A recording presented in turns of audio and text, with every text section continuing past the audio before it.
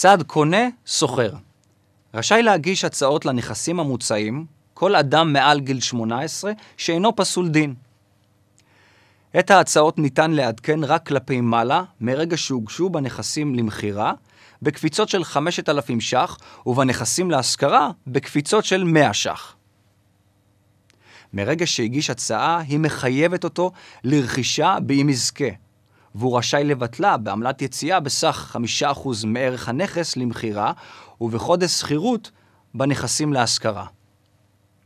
מרגע שהמשתמש מגיש הצעות, הוא יראה את הנכס שלו באזור האישי שלו, ויהיה מעודכן על מיקומו ביחס להצעות אחרות לכל ימי המכרז, ויקבל הודעה בסיום המכרז, המודיעה לו כיצד נסגר המכרז ומה היה מיקומו בעת סגירת המכרז.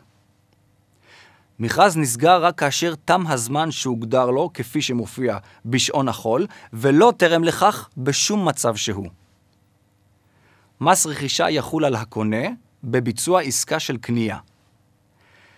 יש לשים לב שהמחיר בנכסים לסחירות שיוזן על ידי המשתמשים יהיה מחיר מוצע לחודש שכירות, והוא אינו כולל מיסים עירוניים ודמי ניהול או ועד בית באם קיימים.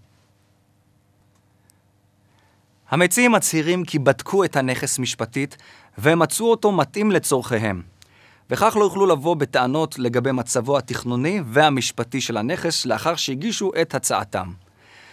בכל מקרה, סרטון זה לא יחליף או ישנה מהאמור בתקנון האתר, והוא המחייב מבין השניים בכל מקרה של סתירה. הסרטון בא לסייע ולהבין את החוקים הקריטיים לכל המכרזים.